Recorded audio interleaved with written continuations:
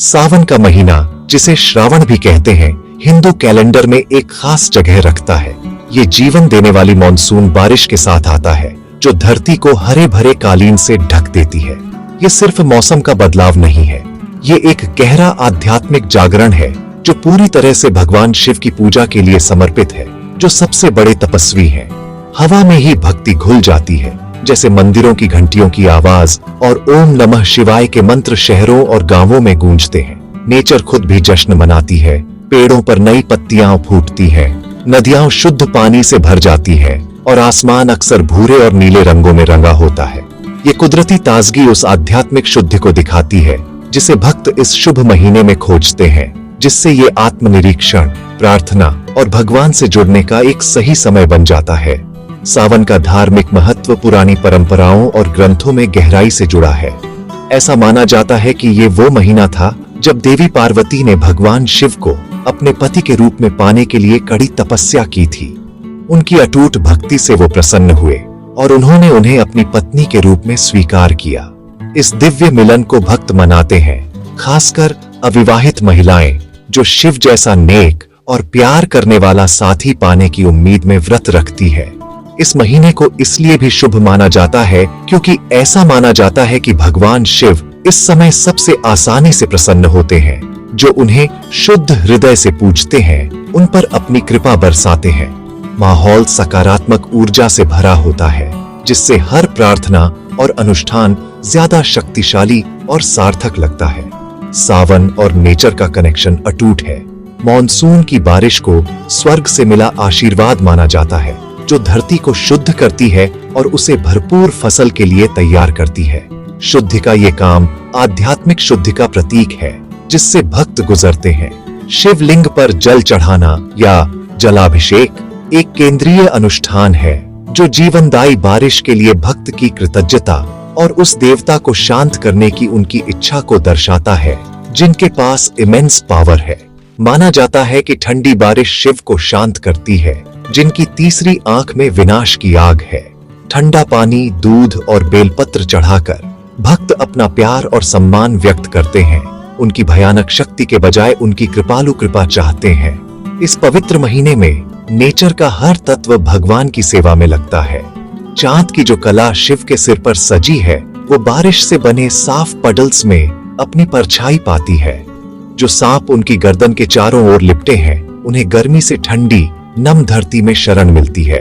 पूरा इकोसिस्टम जीवंत हो उठता है, जो जीवंत जीवन की पृष्ठभूमि बनाता है, जिसके खिलाफ शिव की महिमा की कहानी सामने आती है।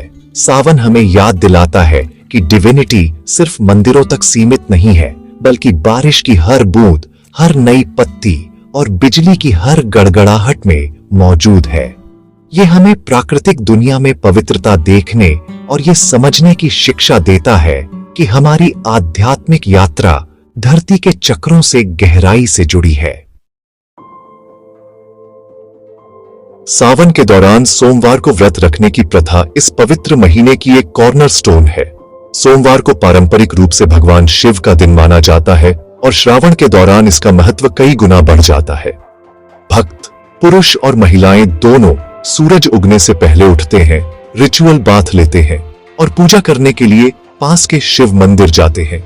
पूजा में गंगा जल, दूध, शहद, दही, घी और बेलपत्र जैसी पवित्र चीजें चढ़ाई जाती हैं, जो शिव को खासकर प्रिय हैं। कई लोग स्ट्रिक्ट फास्ट रखते हैं, केवल फल और दूध खाते हैं और शाम की प्रार्थना के बाद इसे तोड़ते हैं। आत्म अनुशासन का ये काम शरीर को भूखा रखने के बारे में नहीं है, बल्कि मन और आत्मा को शुद्ध करने, अपने विचारों को पूरी तरह से भगवान पर केंद्रित करने और सांसारिक इच्छाओं से अलग होने के बारे में है। सावन से जुड़ी सबसे गहरी कहानियों में से एक है समुद्र मंथन या सागर का मंथन। इस महान कॉस्मिक इवेंट में देवों और असुरों ने अमरता का अमृत पाने के लिए सागर का मंथन किया। हालांकि अमृत निकलने से पहले हलाहल नाम का एक घातक जर निकला, जिसकी फ्यूम्स इतनी टॉक्सिक थीं कि उन्होंने सारी सृष्टि को नष्ट करने की धमकी दी। डरकर देवताओं और राक्षसों ने मदद के लिए भगवान शिव से प्रार्थना की। ब्रह्मांड को बचाने के लिए शिव ने करुणा के एक सर्वोच्च कार्य में जहर पी लिया। देवी पार्वती ने यह देखकर जहर को उनके शरीर में फैलने से रोकने के लिए उनका गला पकड़ लिया, जिससे उनकी गर्दन नीली हो गई। इससे उन्हें नीलकंठ, नीले गले वाले का नाम मिला। सावन वो महीना है जब भक्त इस निस्वार्थ कार्य के लिए कृतज्ञता व्यक्त करते हैं। उनके गले में जलते हुए जहर को शांत करने के लिए ठंडा पानी चढ़ाते हैं। एक और शक्तिशाली कहानी है गंगा अवतरण या गंगा नदी का अवतरण। आर्षि भगीरथ ने अपने पूर्वजों की राख को शुद्ध करने के लिए स्वर्ग से गंगा नदी को पृथ्वी पर लाने के लिए कड़ी तपस्या की। हालांकि गंगा के अवतरण की शक्ति इतनी इमेंस थी कि वो ग्रह को तोड़ सकती थी। भगीरथ ने भगवान शिव से प्रार्थना की, जिन्होंने नदी के गिरने को कुशनिंग करने के लिए सहमति व्यक्त की। वो ऊंचे खड़े रहे क्योंकि शक्तिशाली नदी स्वर्ग से उतरी और पहले उनके जटाओं में उतरी। शिव के बालों ने शक्तिशाली प्रभाव को अब्सॉर्ब कर लिया और उन्होंने फिर नदी को धीमी धाराओं में पृथ्वी पर छोड़ दिया। ये कहानी शिव की एक कृपालु संरक्षक के रूप में भूमिका को उजागर करती है, जो मानवता के भले के लिए इमेंस पावर को चैनल करते हैं, जिससे गंगा जल चढ़ाना उनकी पूजा का एक एसेंशियल पार्ट बन जाता है। ये कहानियां सिर्फ मिथक नहीं है, ये शक्तिशाली एलिगोरीज हैं जो गहरे जीवन के सबक सिखाते हैं। नीलकंठ की कहानी हमें आत्म बलिदान और दूसरों की रक्षा के लिए नेगेटिविटी को अब्सॉर्ब करने के महत्व के बारे में सिखाती है। ये दिखाता है कि सच्ची शक्ति करुणा में और जीवन के झरों को हमें नष्ट किए बिना संभालने की क्षमता में निहित है। गंगा का अवतरण ओवरवेलमिंग पावर और इमोशन को प्रबंधित करने के लिए एक मार्गदर्शक शक्ति की आवश्यकता को दर्शाता है। हमें याद दिलाता है कि डिवाइन ग्रेस के साथ सबसे विनाशकारी शक्तियां भी जीवन और शुद्धि के स्रोत में बदल सकती है। सावन के दौरान भक्त इन कहानियों पर विचार करते हैं, शिव के चरित्र से प्रेरणा और शक्ति प्राप्त करते हैं, ताकि वे अपने जीवन को नेविगेट कर सकें। सावन के महीने में भारत की सबसे रिमार्केबल वार्षिक तीर्थ यात्राओं में से एक देखने को मिलती है, कांवड़ यात्रा। लाखों भक्त, जिन्हें कांवड़िया के नाम से जाना जाता है, हरिद्वार, गौमुख और सुल्तानगंज जैसी जगहों से गंगा नदी से पवित्र जल लाने के लिए पैदल एक चुनौतीपूर्ण यात्रा करते हैं। भगवा रंग के कपड़े पहने हुए वे एक सजाए गए डंडे पर रखे बर्तनों में पवित्र जल ले जाते हैं, जिसे कांवड़ कहते हैं, जिसे वे अपने कंधों पर रखते हैं। ये यात्रा एक्सट्रीम डिवोशन और फिजिकल एंड्योरेंस का एक कार्य है, जो अक्सर सैकड़ों किलोमीटर की दूरी तय करती है। तीर्थयात्री बोल बम का जाप करते हैं और भजन गाते हैं, जिससे विश्वास का एक इलेक्ट्रीफाइंग एटमॉस्फेयर बनता है, जो जाति, पंथ और सामाजिक स्थिति को पार कर जाता है। ये यात्रा उनके अटूट विश्वास और उनके स्थानीय मंदिरों में शिवलिंग पर जलाभिषेक करने की उनकी इच्छा का एक टेस्टामेंट है। कांवड़ यात्रा सिर्फ एक फिजिकल जर्नी नहीं है, ये एक गहरी आध्यात्मिक खोज है। दिनों तक नंगे पैर चलना, हार्श वेदर और फिजिकल डिस्कम्फर्ट सहना तपस्या का एक रूप है। ये अपने ईगो को छोड़ने और डिवाइन विल के प्रति पूरी तरह से सरेंडर करने की एक प्रक्रिया है। भगवा पोशाक रिनंसिएशन और प्यूरिटी का प्रतीक है, जबकि कांवड़ ले जाना डिवोशन के साथ अपनी रिस्पॉन्सिबिलिटीज को निभाना दर्शाता है।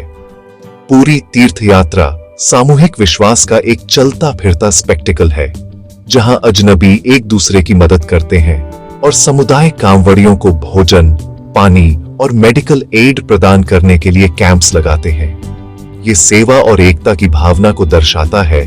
ये सब भगवान शिव को प्रसन्न करने के एक ही लक्ष्य के इर्द गिर्द केंद्रित है।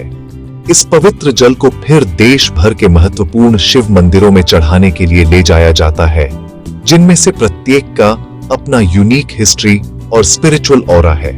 सबसे पवित्र में ज्योतिर्लिंग है या शिव के 12 रेडिएंट श्राइन्स। ऐसा ही एक मंदिर गुजरात में सोमनाथ मंदिर है, जिसे पहला ज्योतिर्लिंग माना जाता है। इसे इतिहास में कई बार नष्ट और फिर से बनाया गया है, जो विश्वास का एक रेजिलिएंट सिंबल है।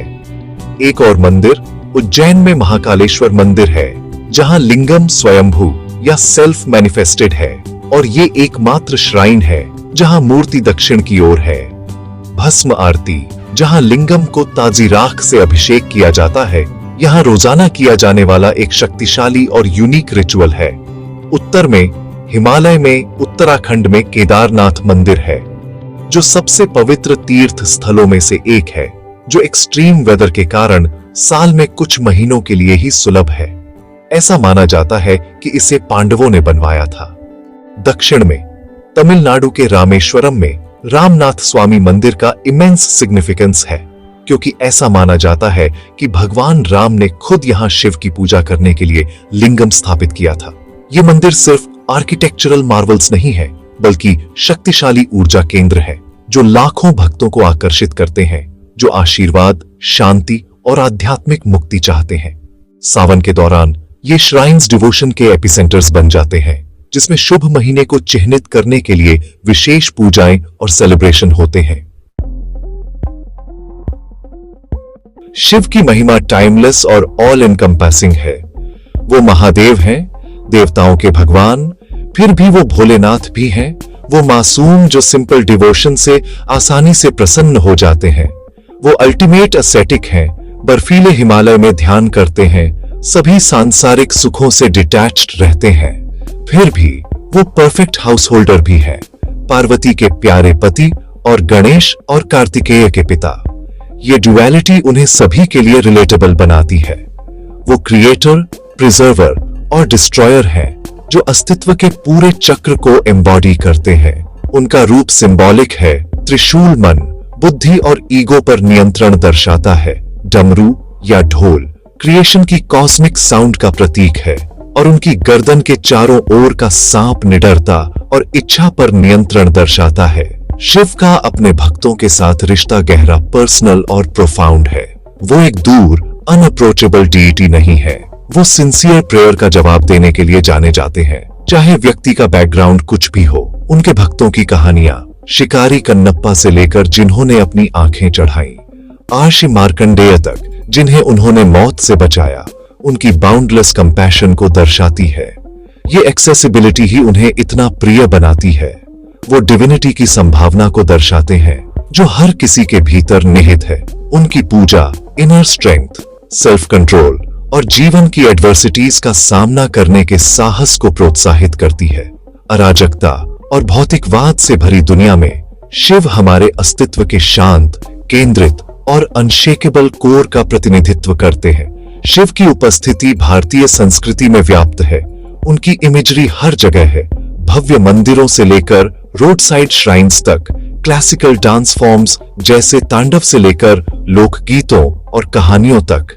महाशिवरात्रि जैसे त्योहार और सावन का पूरा महीना पूरे देश में इमेंस फर्वर के साथ मनाया जाता है, जो लोगों को एक साझा स्पिरिचुअल एक्सपीरियंस में एकजुट करता है।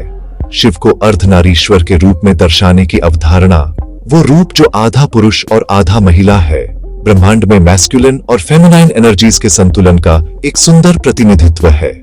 ये सिखाता है कि होलनेस ऑपोजिट्स के इंटीग्रेशन के माध्यम से प्राप्त होती है, हार्मनी और इक्वालिटी का एक संदेश जो इटर्नली रेलेवेंट है।